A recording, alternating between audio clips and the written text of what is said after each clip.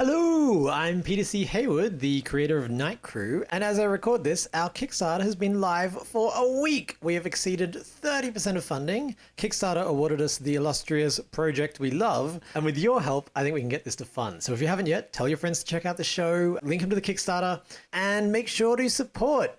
Today's interview is with Riley Quinn Scott, who plays the title role of Samantha S. Sharp. She and Gabe have a great conversation about all things acting. It's really interesting. I learned so much about Riley that I didn't know, and I think it's a hoot. So here it is. I hope you enjoy.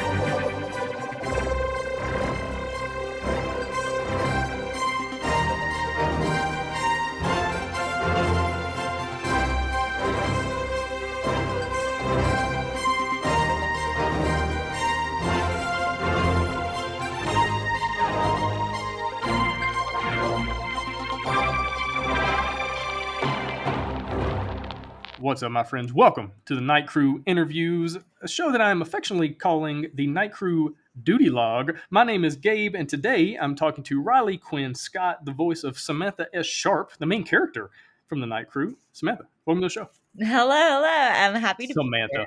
be here. Riley, welcome to the show. I'm mixing the two characters anyway. Riley, really glad you're here. Welcome to the show. I couldn't be happier. Please mix us up. It's good.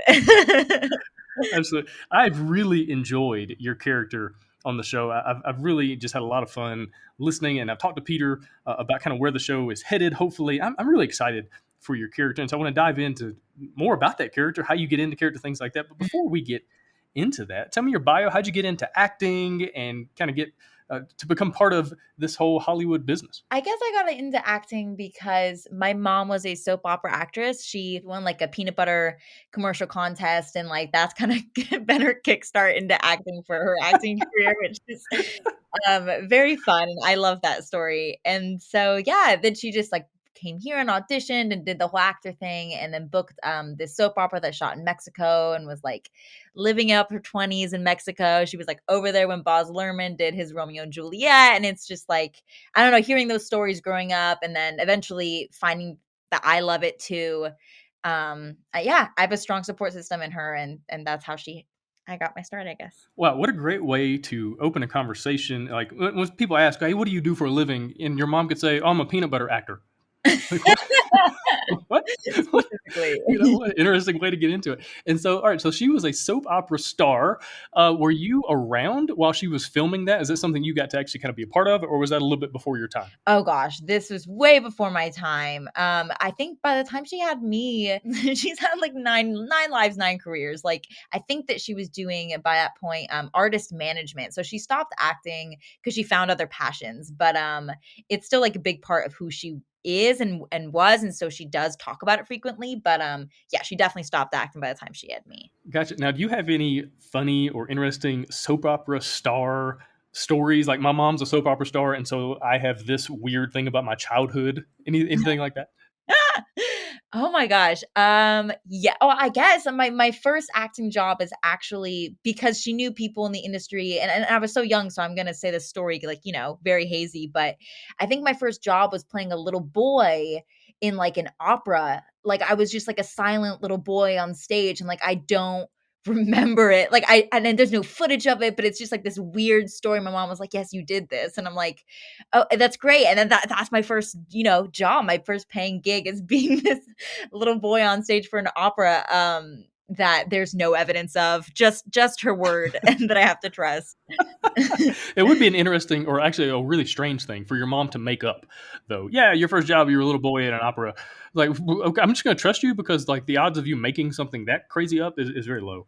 It would be So, very bizarre. if only she could have gotten you a jelly job, then y'all could have had the whole peanut butter and jelly thing. Would have been just a lovely poetic kind of thing. Oh my gosh. I mean, that would have been the dream. And we're like best friends. So like, oh, I wish that was my start as a jelly commercial winner.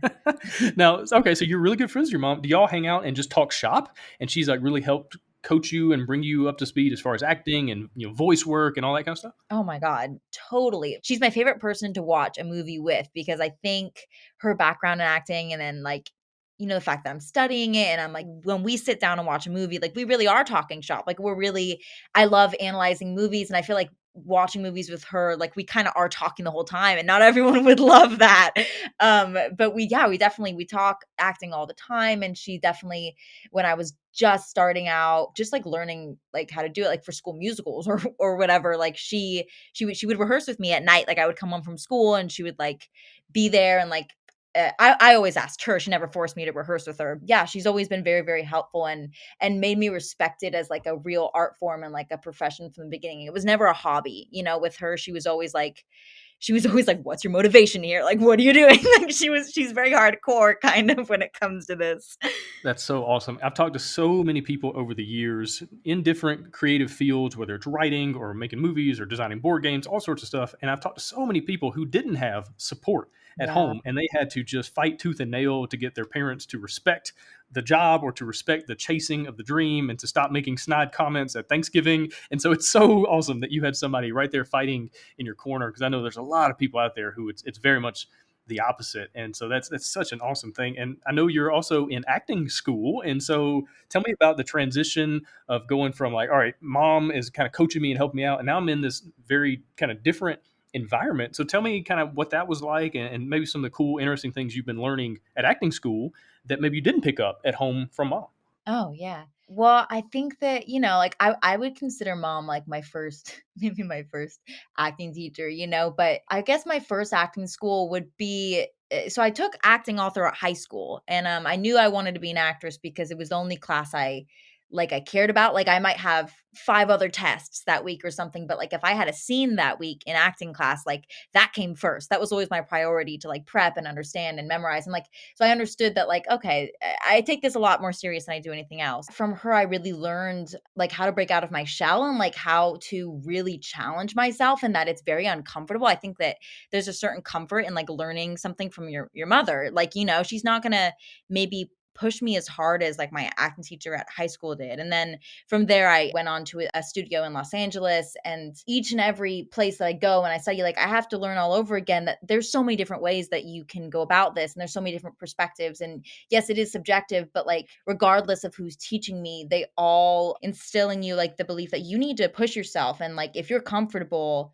then you need to try something new. And like you should always be kind of challenging yourself in new ways artistically. And I think that's an important lesson I've gained and I've learned from the process of learning this, and I'm still very much still in class and all that. Yeah, very cool. It's so interesting. So I spent a good bit of time around college football and like big time programs. And you just get such an interesting sense of professionalism and all the discipline when it's a job in a lot of ways. And I've got several friends and teammates that went on to play in the NFL and have talked to them and they just talk about just the incredible intensity when it becomes more than what people see on TV. And all of a sudden it's all the small, the gritty, the grindy kind of stuff as far as like becoming a professional in this field. And so what are some interesting things you've learned as you've kind of, gone behind the scenes literally, and you're seeing all the ways that the industry kind of comes together? What are some of the interesting things that you learned that you didn't know before you got into actually doing the job as a professional, learning about it from that side? I mean, just like anyone growing up, I like thought that the lives of actors or like the profession of acting, I never thought of like my studio right now in Los Angeles, like their whole thing is like, you should be rehearsing like every day. Like how many hours of the day are you taking to rehearse? Like an athlete goes to the gym for how many hours? And like, I'm very much a novice when it comes to sports, but like, how many like practices do you go to? How many scrimmages are they doing? Like how much time are you putting into like actual hours of doing your craft so that you are ready when you're called upon off the bench? Like sports metaphors is a major part of my my acting teacher's like approach to teaching me. So that's something I never considered is like, yeah, like if this is my craft and this is my career, like every single day I should be doing it, or every single day I should do something to further it along. It's very much like a discipline, and you have to be so disciplined. A lot of successful actors don't talk about it, but like I'm always curious, like how do they discipline themselves? Because it's not a profession that you can really slack off on, because like someone else will want it harder than you. So you have to really push yourself and like have a strong sense of like, I guess, how to go about pushing yourself, because you have to continually stay inspired and all that. So that was something I never considered before I got into this, and it's a good lesson. Yeah, that makes a lot of sense. And from what I've heard a lot of people talk about, this is quality comes from quantity. Yeah. And it's just about putting in the work and putting in the hours. And so let me ask you this: how do you measure growth? Like an athlete, I can measure my speed because my 40 time got faster, my bench press reps went up. I can now Mm. do certain things athletically I couldn't do before. And so with acting, how do you measure that and know that, okay, I am progressing, I am getting better? I bet my answer for this question will change, a year from now, or it would have been so different for like a year past. But like right now for me, I know I've gotten better if I'm not thinking about it. Like, I guess, like, if you are working out hard enough, at a certain point, you could be doing something, you're like, wow, this used to hurt a lot, like doing this move or whatever. But now I've like done it so much and I've gotten to a point where like I barely even feel it. And I feel that way about acting. Like, if I'm doing good work and it's coming to me a lot easier than it used to, then I know that my practice has got me to a good point and I should continue along that path. Yeah, that makes sense. I bet it's also a comfort level too. I Yeah. feel like as you get really good at a sport, you get more confident and you know that you're going to hit the shot when they pass you the ball and the game is on the line. And I feel like maybe the same thing in acting, where you're going to rock that scene. It's going to be exactly what the director's looking for. People are going to be crying in the theater when they watch this. You kind of get that feeling of like being in the zone. Totally, it's that feeling, it's that comfort of like, for me, or at least what I've learned, it's this comfort of like, you should be fully yourself, be fully vulnerable, be like all like you are all laying it all out there. I've heard professional wrestlers, which is kind of hilarious. We talk about acting and professional wrestling, but it really is like these guys are some of the most incredible actors in the world, because they have to take something that's staged and quote unquote fake and make people believe it. And I've heard like some of the best talk about how with their character, the true nature came out of them believing every word that they said. And so when they're doing these little interviews and in the ring and stuff like that, like they believed it. And even if it was totally made up in a crazy, ridiculous soap opera style storyline, like they would believe the words that they were saying. And so tell me about that as you kind of get comfortable, as you get into the zone as an actor and you're taking on the role of this character. How do you do that? How do you like put something out there on screen, or in this case, through your voice and voice acting with the Night Crew, where Mm. you believe it, like you have become this character? How do you do that? I don't know how everyone does it, but I know that you connect enough with the material and you connect enough with the character enough that like, when that character is fighting for something or when they're in a situation, like you are able, I've heard it said like an actor is that character's advocate. Like they understand what that character wants. They understand what they're going after. And like, you have to connect with that enough and understands it enough that then when you're out there, like saying those words, like, of course you believe it because you understand and you've put in, it's just truth you're speaking. Like you're arguing from a place of truth and honesty, and you care deeply. You come to care deeply about what you're talking about. And I think that those wrestlers, I mean, I know nothing about that, but I imagine that, like maybe they're fighting for something, or they've like, like they're really grounded and like, I'm doing this because of this. So you have to find that for yourself. Yeah, that's a really good point. It's kind of like if you're playing a role playing game or something like that, you're not necessarily acting like what you would do or you would say. You're acting as that character, and you're thinking through what would the character say in this moment. And it's just a really cool way to approach creativity and approach acting in this case. So let's talk about voice acting. So a lot of your training and acting school and whatnot has been more for on camera acting. And so tell me how you got into voice acting and then eventually started working on the Night Crew. Oh yeah. I mean, the Night Crew is my first ever voice acting job. I've never done it, and I was surprised that I booked it, and then I was and then I was surprised at how much fun I had while doing it. I mean, not surprised, but it is very different than on camera acting. I just, I auditioned, I sent my tape in. I didn't have any recording equipment, so it was like very, when listening back to my tape, I'm like, wow, this is like very echoey and rough. So I'm glad that they saw through that and like really listened to my voice and like were like, it's fine, she doesn't have the equipment right now. But so I just sent my tape in, and I was like, yeah, I mean, a sitcom sounds fun. And like, I just thought it was like really creative. And also, it was in the heart of this where I was like, I really don't know when things will go back to normal, but this sounds fun and exciting and perfect for the time. So then when I heard that I booked it and like I was just so excited. So I would go into the studio, and Peter, our director, he's phenomenal, and he knows exactly what he wants. So he's like the best director I could ever have asked for my first voice acting gig, because like he just like really showed me the ropes, and he was so patient, and like, you're not off book for voice acting, and you're not looking at someone across from you, you're not speaking to anyone in a physical way. So that took some time to like get adjusted to, but Peter really like was patient, and he kept repeating like, or not kept repeating, but he really like instilled or made fun a priority, so that no matter what we were doing, he was like, stay creative, like stay fun. Like it was great. Yeah, Peter is one of my absolute favorite people, and keeping fun a priority is definitely one of his priorities. Oh, yeah. It seems like no matter what situation I've been around Peter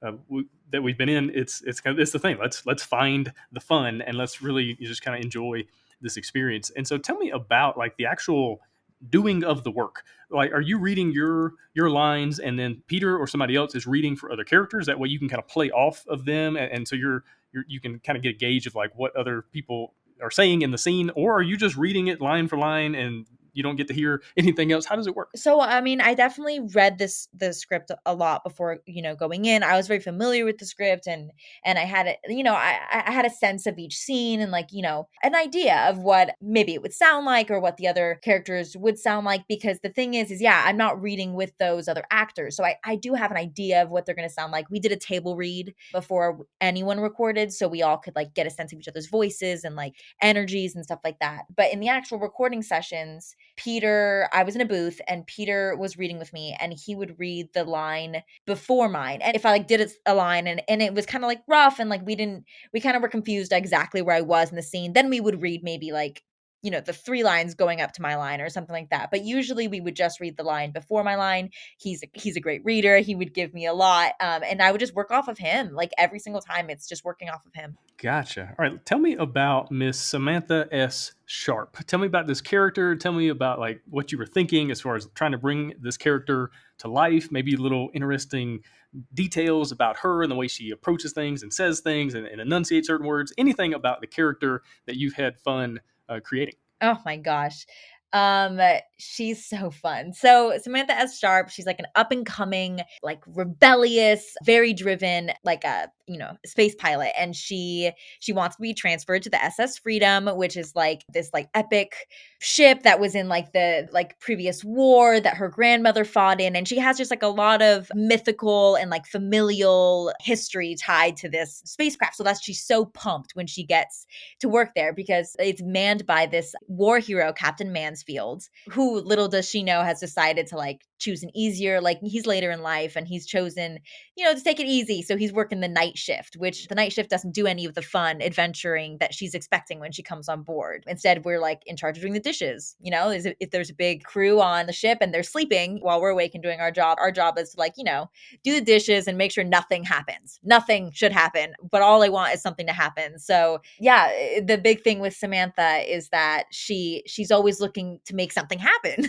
which is exactly the opposite of what Captain Mansfield wants to have happen. And I usually get us into all these like situations because I want to go on an adventure with Captain Mansfield. I want him to like see me as this like hero, and I want to live up to my grandmother's name. And yeah, so the whole series, for me at least, when I was getting to know Samantha and reading it over, is that it's this sense of like Samantha has to learn to find like patience, and to learn that fulfillment is also, not only in adventure, but like in the building of relationships and in the community that is Night Crew. Yeah, that's awesome. And she's a great character. I've really enjoyed what you've kind of brought to the role, and the way that she says certain things. It's a lot of fun. Tell me about the collaboration of the character that you have brought to life, but also with Peter and the writing. And because I'm sure it's some kind of mixture of everybody kind of working together. It's like a dance, right? Of trying to figure out the right steps and all that. So tell me about the collaboration as far as like what they said, hey, this is the character. And then you kind of maybe brought your own spin to it. Tell me about any of those things. Oh, there's always a collaboration. The biggest thing for us was like certain words should always bring about a certain feeling in Samantha. Like for me to say like the SS Freedom, like that when I say it, you the listener needs to like also understand what's going on in me, since you can't see my face and you can't see anything. So like for us, it was this collaboration of like it felt like painting colors on certain words. So like I didn't do this, but like I guess if I was to describe it, it was almost like I highlighted SS Freedom in pink. And like when I was saying that, and I was saying it's like, you know, Captain Mansfield or like whoever, for me, like that was the biggest collaboration, is like Peter would be like, definitely infuse that, like SS Freedom is your dreams. Like we should hear that in your voice. And so that was how we collaborated the most, was like finding what certain ideas sound like in Samantha's mouth, and you know, in those various situations, like how to stay true to, like, you know, SS Freedom still brings about joy for me, but like I'm in this situation where we might die. So like how do we navigate like never losing sight of Samantha's joy for what she's doing, but like also staying true to like the reality of like that she's in, and then also translating all of that into this like visual landscape for them, the listener, to like understand and visualize themselves. Does that make sense? Yeah, absolutely. And it's such a cool way to kind of think through the process. Again, the behind the scenes of it's more than just showing up and saying some lines. Like there's actually a lot more thought and a lot more collaboration and a lot more that goes into Yeah. it. Now, I know, or I'm pretty sure, you have recorded more than anyone else on the cast. And so tell me why technology hates you and why you keep having to record these things over and over again. Oh my goodness gracious. Yeah, technology is not my best friend. So what was exciting about Night Crew is like when, you know, when I booked it and stuff like that, like I believe I got like a microphone for it, and we, because of pandemic, we were recording from our homes. Like every actor was recording from their homes, and it was just, that was the plan. And so Peter and I like set up a session, and like I was so excited to use my microphone. I tested it obviously beforehand. It worked great. I was like so ready to record out of my closet this like sitcom. And so the day of, like me and Peter were having such a blast. I was getting to know him. It was great. And then halfway through, of course, I noticed that my file is corrupted. Like I don't know what happened, and it definitely probably was user error. I've never done that before. Yeah, it was like completely rendered useless, and I had to be like, Peter, um, my file is very, like, it's not working anymore. I'm so sorry. I don't know what happened. And he was very calm, and he was like, you know, that sucks, but it's okay. It's not unexpected. And like, we'll just book you a recording studio that's like safe, has like a lot of protocols for COVID and all that kind of stuff, which I was like, I mean, yes, I was disappointed the file got corrupted, but like how exciting to go into a recording studio for the first time. Like when he said that, I was also like sick. Like I get to go to a recording studio. This is also awesome. So it was right around Christmas. I think we booked the second recording session for us on Christmas Eve at the recording studio. So then we go there, and it's like downtown, and I remember I like was really excited to be in the booth, and it was like felt very professional. Like I mean, this is my first podcast sitcom, so like I've never done voiceover work like that. So to have the headphones on, and like it just reminded me of watching all those behind the scenes of like Inside Out or something like that, and I get to see all those actors with those same like headphones on, and it was just so cool. And so we had a great session. We felt really really good about it. I remember like getting out of the booth and like, yeah, like we were like really excited, and like we were talking about like, you know, how we thought it went and stuff like that. And then the guy who was helping us out, obviously because Peter is unfamiliar with the software in that, you know, recording studio, I remember him turning around when me and Peter were talking to one another, and he was like, "You guys," and he like, it took him a while to say it, and we like looked at him, we're like, "Yeah, like what's up?" And yeah, he had to tell us that he deleted the file. He deleted the file. I don't know what happened, but he deleted the file that we just spent like what, 2 hours, 3 hours recording together. And I remember Peter like being very calmly like, "Can you get it back?" Like that was his first question. Like he did it like a deep breath, and I was like, "Oh my gosh, this is really crazy." And nope, the guy couldn't get it back, and he was apologizing profusely, and it was like, wow, okay, so recording session number 3 then. So we had to schedule that after Christmas, obviously. And, you know, we went in again, and I remember that day, still a lot of good vibes. Peter never ever is not, you know, positivity first and foremost. Like he's just amazing at that. And so I remember like us going in, and we're like, deep breath, but we got this. Let's just do this for the third time. Third time's the charm. And it was. We did it, and each time's different, you know? I mean, that's the thing. I think the most rewarding thing I got out of that whole experience, that weird, funny experience, is that like every recording was different. Like you could not get that previous recording back, which was painful. It's like, you know, if you really loved that recording that you did, which I did. I mean, you know, after that first one in the closet, we found some great gems. And then the second time, like I found even more. And then, you know, after that file got deleted, it was like hard for me not to be like, damn, like I really liked that. You know, I had a great feeling, and he did too. But you have to let that go, and just be like, okay, well, today is gonna show us something new and possibly even more exciting. And it did. And so we did that last session. It was all saved. Peter was very much like, please make sure you save this as we go along and all that kind of stuff. And yeah, and then we finally got it in the can, and I was like, all right, it's been wonderful, Peter.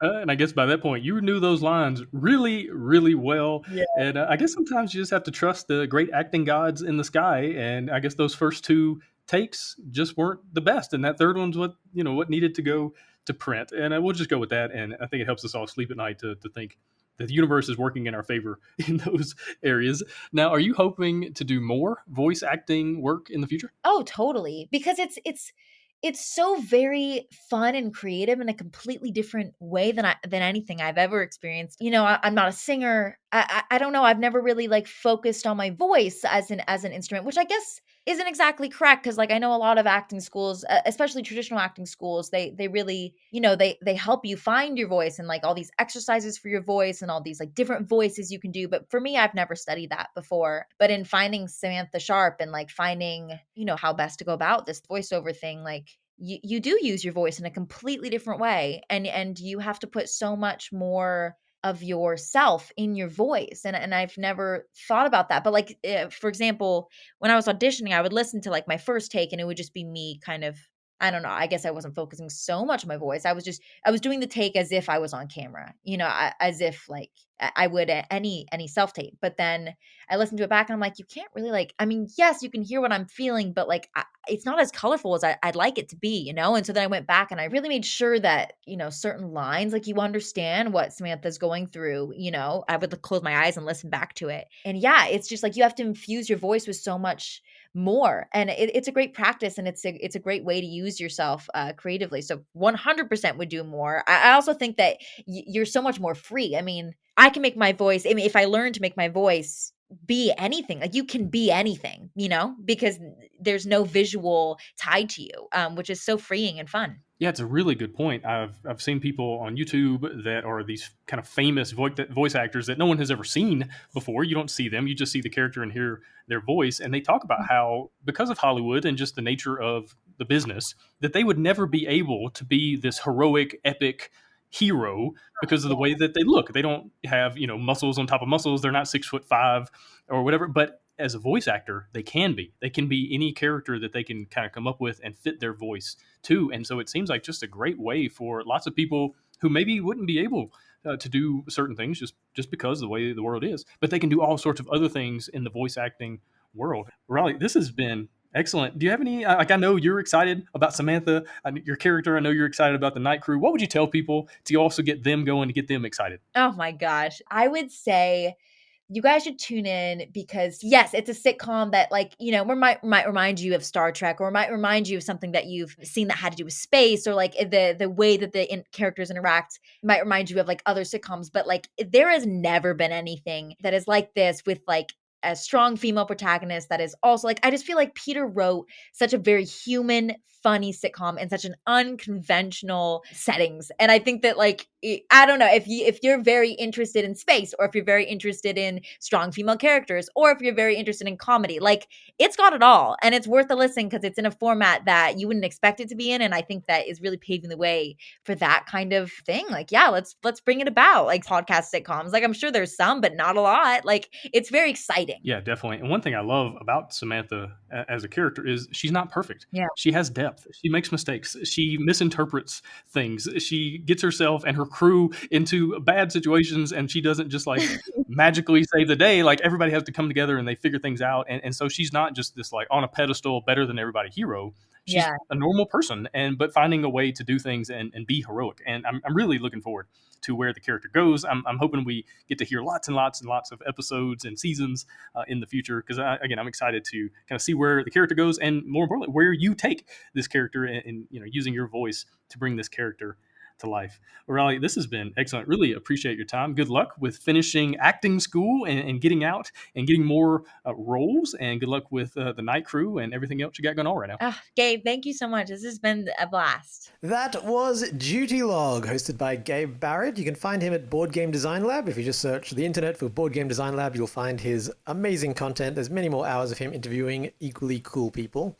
A few people have mentioned that on YouTube, they are subscribed to the channel, but they're not seeing these videos. If that is you, then how are you listening to this? That doesn't make any sense. But if you would like to make sure you always get our content, just subscribe to us on any of your podcast apps. Or I think on YouTube, if you hit the notification bell, then it'll tell you every time we upload instead of just whenever the algorithm decides to share it. Thanks so much for listening. Please make sure to check out the Kickstarter. We have about 2 weeks left. And with your help and your support, we can make more Night Crew, which, as I'm hoping you can tell from these interviews, everyone would like to do so much. Coming up next is going to be the interview with Sungwon Cho, also known on YouTube as ProZD. So look forward to that coming into your beautiful, beautiful ears. Thanks so much. I'll talk to you next time.